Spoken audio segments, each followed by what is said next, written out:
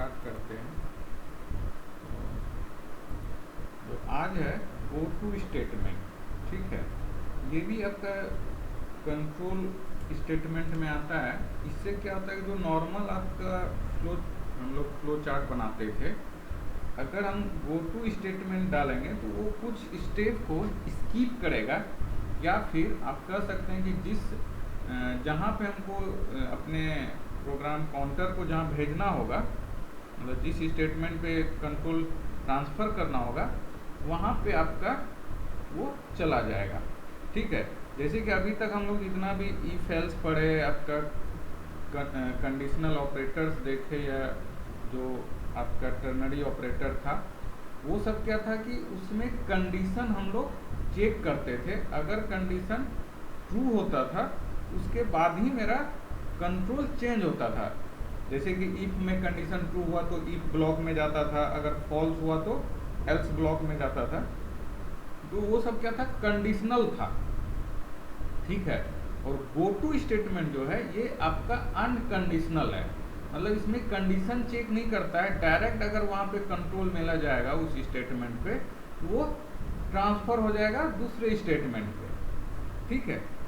तो go to statement for unconditional branching from one point in the program to another point. आपका one point से दूसरे point पे चला जाता है। इसका सिंटैक्स क्या है, गो टू, ये आपका गो टू जो है कीवर्ड है, जो आप लोग को 32 कीवर्ड बताया गया था, उसमें ये गो टू आता है।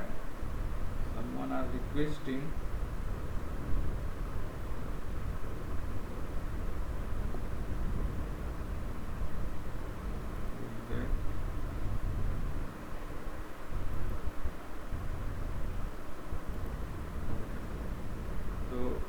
आप लोग जो आप लोग को 32 कीवर्ड बताया गया था, उसमें गो टू स्टेटमेंट था। गो टू जो है कीवर्ड है, उसके बाद ये आपका लेवल, आपको कुछ लेवल देना होगा कि आपको किस लेवल पे ट्रांसफ़र करना होगा। जैसे मैं यहाँ पे लेवल दे दिया है, ये अपना आप यूजर डिफाइन कर सकते हैं इसको। उसके बाद सेमी कॉलन, ठीक है। उसके बाद आप जहाँ पे कंट्रोल ट्रांसफ़र करना होगा वहाँ पे लेवल देना होगा और सेमी कॉलन देना होगा। तो आपका जो दो आपका हाइफन दिख रहा है, हाइफन ब्लैंक लाइन जो दिख रहा है, ये लाइन को ट्रांसफ़र कर देगा लेवल जहाँ पे आपका कीवर्ड लिखा हुआ है, ठीक है, वर्ड जहाँ पे लिखा हुआ है। तो इसका मतलब the go to statement requires a level, the level identify the place in the program where the program control is to be transferred when the go to statement is encountered। मतलब कि आपका go to हम जहाँ पे लिखे हैं वहाँ पे हमको कुछ लेवल देना होगा, और वो लेवल प्रोग्राम में जहाँ भी होगा वहाँ पे जाके आपका उसके नीचे से वो आपका स्टेटमेंट एग्जीक्यूट करने लगेगा। ये सिंटैक्स हो गया आपका, समझ में आ गया।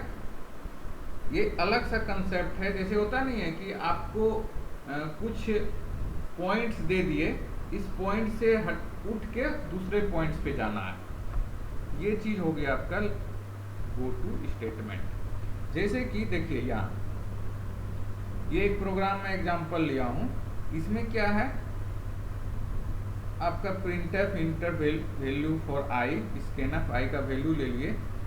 अगर ये इफ वाला कंडीशन ट्रू होता है तो ये गो टू यहाँ पे इफ के अंदर लिखे हैं, हम लोग नॉर्मल भी लिख सकते थे, हम लोग एक कंडीशन डाल के लिख रहे हैं। यहाँ पे क्या है, गो टू आपका कीवर्ड है, और आउट जो है ये आपका लेवल दिया गया है कि यहाँ से आउट हो जाएगा ये, ठीक है। और आउट खोजेगा प्रोग्राम में, आपका आउट यहाँ पे लिखा हुआ है, प्रिंट आउट के बाद printf inter your negative number.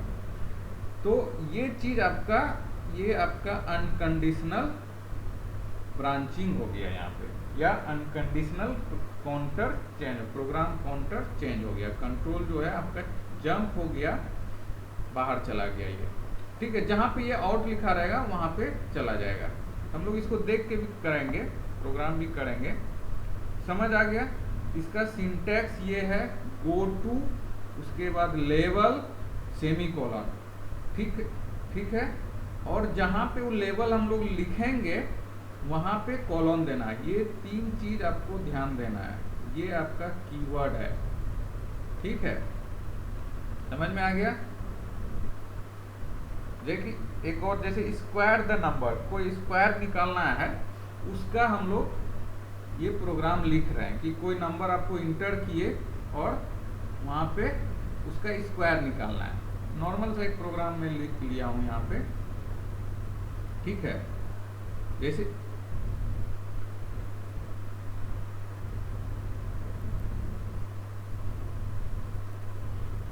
कि आपका इंट x ले लिए। यहाँ पे देखिए, यहाँ पे क्या है, हम लोग लास्ट लाइन पे लिखे हैं गो टू स्टेटमेंट। ये कहाँ चला जाएगा, ये ऊपर जाएगा। पिछला वाला में क्या था, पहले हम लोग गो टू स्टेटमेंट लिखे थे, फिर लेवल लिखे थे। यहाँ पे क्या, लेवल पहले हम लोग लिख दिए और गो टू स्टेटमेंट बाद में लिखे। इसको ऊपर नीचे भी कर सकते हैं आप लोग। तो इसमें क्या हुआ कि जैसे ही कोई नंबर हम लोग इंटर करेंगे, x इंटू एक्स करेगा, ठीक है, उसके बाद ये क्या करेगा, प्रिंटफ वैल्यू कर देगा, फिर ये इस लाइन पे जाएगा, फिर ये कंट्रोल कहाँ कर देगा, स्टेटमेंट यहाँ पे डाल देगा, ठीक है। ये क्या होगा, आपका सीक्वेंसली चलते रहेगा। और कब तक चलेगा, ये इन्फिनाइट टाइम तक चलते रहेगा, क्योंकि एक्सिक्यूट करने का कोई ऑप्शन हम लोग नहीं डाला है, ठीक है। Unconditional go to statement can cause a program to go into an infinite loop and execute forever. You will have to especially terminate the loop. The following example will be illustrated. मतलब ये आपका infinite loop में चला जाएगा। दिखाऊंगा कैसे ये infinite में जा रहा है, ये कैसे काम कर रहा है। ये आपका जैसे गो टू स्टेटमेंट पे जाएगा तो यहाँ आपका स्क्वायर पे चला जाएगा, ठीक है, क्लियर। तो इसका हम लोग एग्जांपल देख लेते हैं। सॉरी, आप लोग को स्क्रीन दिख रहा है क्या, पीपीटी ही दिख रहा है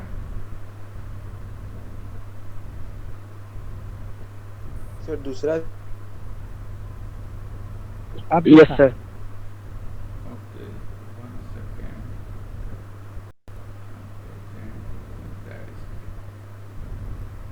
अभी दिखेगा आप लोग को।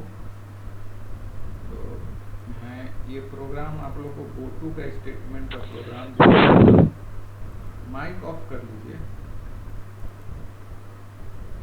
ओके।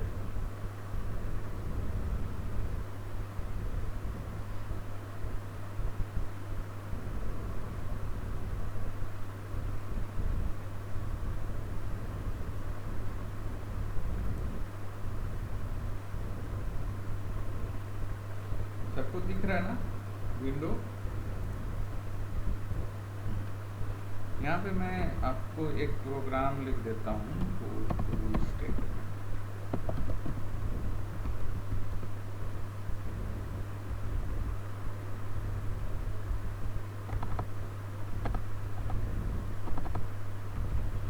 ठीक है, तो क्या करना होगा, सबसे पहले हैश इंक्लूड studio.h, उसके बाद int में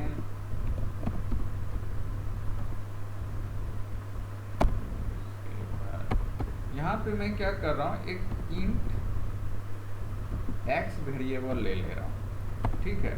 उसके बाद इसको मैं यूजर से भी ले रहा हूँ कि यूजर इंटर द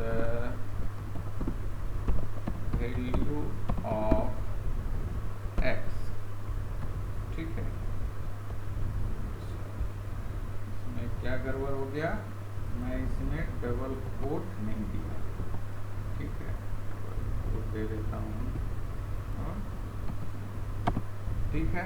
स्कैनफ में परसेंटेज क्या लेना होगा, परसेंटेज d कोमा क्या करना होगा, एड्रेस देना होगा, एंड %x, ओके। ये मेरा